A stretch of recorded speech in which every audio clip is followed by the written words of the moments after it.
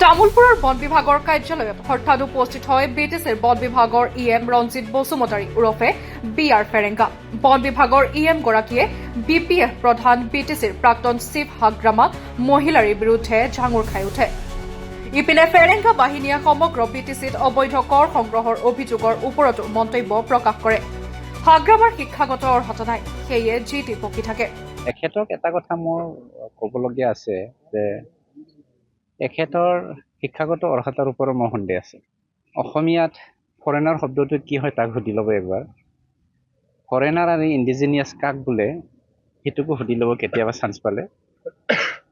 মানে তেওঁ ভাবিছে নেকি যে BTRটো ভাৰত ৰাষ্ট্ৰৰ পৰা বেলেগ হৈ পেলাই কিবা এটা নতুন ৰাষ্ট্ৰ হৈছে নেকি, যাৰ ফলত এই BTR ৰাষ্ট্ৰ বুলি ক'বলৈ কৈ তেওঁ মানে মোক ফৰেনাৰ ক'বলৈ গৈছে। কিয়নো মইতো ভাৰতীয় মানুহ, মইতো অসমবাসী।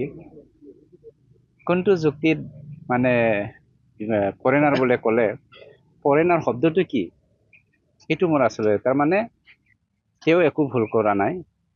তাৰ শিক্ষাটো যে গুণগত নহয় সেইটোৰ কাৰণে হৈছে মই অনুভৱ কৰিছোঁ। হাগ্ৰামাক UPPL দলত যোগদান কৰিবলৈ অফাৰ দিছো।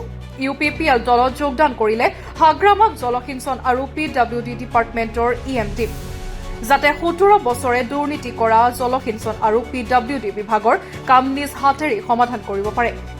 মুঠৰ ওপৰত UPPL দলত হাগ্ৰামা মহিলাৰী যোগদান কৰিলে বিভিন্ন অফাৰ প্ৰদান কৰে EM ৰঞ্জিত বসুমতাৰীয়ে। ইপিনে বিটিচিৰ বিভিন্ন প্ৰান্তত ফেৰেংগা পাৰ্টীয়ে বন বিভাগৰ অবৈধ কৰ সংগ্ৰহ কৰাৰ অভিযোগ সন্দৰ্ভত EM গৰাকীয়ে কয় যে আমি অবৈধ গেট বহুওৱা নাই, চেকিং গেট বহুৱাইছো। একাংশ শিলবালি ডাম্পাৰ চালকে এখন চালানেৰে কৰ ফাঁকি দি 10 বাৰ পৰ্যন্ত শিলবালি আদি লৈ গৈছিল। এইসমূহ বিষয়ৰ বাবেহে আমি চেকিং কৰিবলৈ আমাৰ মানুহ পঠিয়াইছো। এই বিষয়ত কোনো ৰাইজে বেয়া পোৱা নাই, অবৈধ ব্যৱসায়ীসকলেহে বেয়া পাইছে। এতিয়া যেন বিটিচিৰ ফৰেষ্টলৈ অকণো বিশ্বাস নাই বন বিভাগৰ EM ৰঞ্জিত বসুমতাৰী ওৰফে ফেৰেংগাৰ। বন বিভাগৰ ওপৰত হেন চকু ৰাখিবলৈ এতিয়া সমগ্ৰ BTCRৰ বন বিভাগৰ কাৰ্যালয়ত বিস্তাৰিত ফেৰেংগা বাহিনী। হাগ্ৰামাৰ লগত ইনক্লুডিং হাগ্ৰামা 10জন MCLA আছে।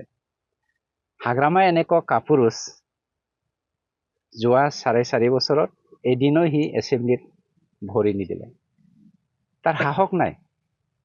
আৰু আজিৰ দিনত প্ৰেজেণ্টলি নেশ্যনেল পলিটিকেল পাৰ্টিৰ লগত যোগ হ'বৰ কাৰণে তেওঁ আলোচনা কৰি আছে BPF পাৰ্টিটো ডিজলভ কৰি পেলাই। আমাৰ UPPL দলে অফাৰ এটা দিছোঁ হাগ্ৰামাক, 10জন MCLAকো লৈ আনক, আমি টিকেট দিবলৈ সাজু। হাগ্ৰামাকো আমি দেৱৰগাঁৱত টিকেট দিম, কিয়নো এইবাৰ 10জনৰ ভিতৰত 10জনো হাৰিব, এইটো 100% কনফাৰ্ম। আজি আপোনালোকে লিখি লওক, অক্টোবৰ মাহত ৰিজাল্টটো ওলাব। ছেপ্টেম্বৰৰ ইলেকশ্যন হ'ব, অক্টোবৰ মাহত ৰিজাল্ট ওলাব, ৰিজাল্টটো পাব। হাগ্ৰামা চব হাৰিব যদি BPF হৈ খেলে। কিন্তু BPF হৈ খেলিবলৈ সাহস নাই, তেওঁ কমপ্লিটলি ডিজলভ কৰিব বিচাৰিছে। মই অনুৰোধ কৰিছোঁ যদি হাগ্ৰামাই 10জন BPFৰ ৰতি মহাৰথীক লৈ আহে আৰু আমাৰ UPPL দলত যোগদান কৰে, আমি দেৱৰগাঁও সমষ্টিত তেখেতক টিকেট দিবলৈ সাজু।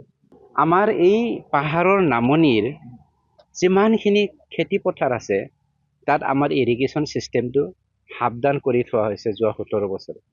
এই সাৱধান ইৰিগেশ্যন কোটি কোটি টকা আত্মসাৎ কৰি পেলাই যিটো সাৱধান কৰিলে, এই সাৱধান ইৰিগেশ্যনটো আমাৰ UPPL দলত যোগদান কৰি যেন হাগ্ৰামাৰ নিজ হাতেৰে বনাই মেলি শেষ কৰিব পাৰে, সেইটোৰ কাৰণে আমি ইৰিগেশ্যনৰ EM দিম।